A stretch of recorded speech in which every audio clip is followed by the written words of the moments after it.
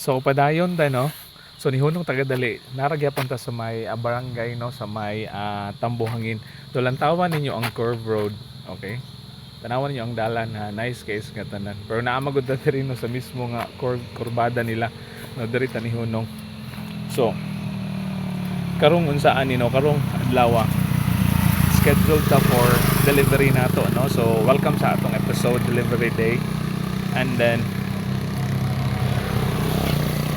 naka-deliver na ta sa mga pipila, padulong ta sa may Hantianon, okay? So ako lang ipakita niyo diri no ang ilang barangay road, okay? So nice ang panahon karon no kay diri nga part medyo kuan siya na part nga kanang cloudy no na isidlit nga init no. So bulag-bulag no or putol-putol ang kuan nato, ang kanit og kanang iyang cloudy, okay? So hopefully dili gid pagsik or maulan ba, okay?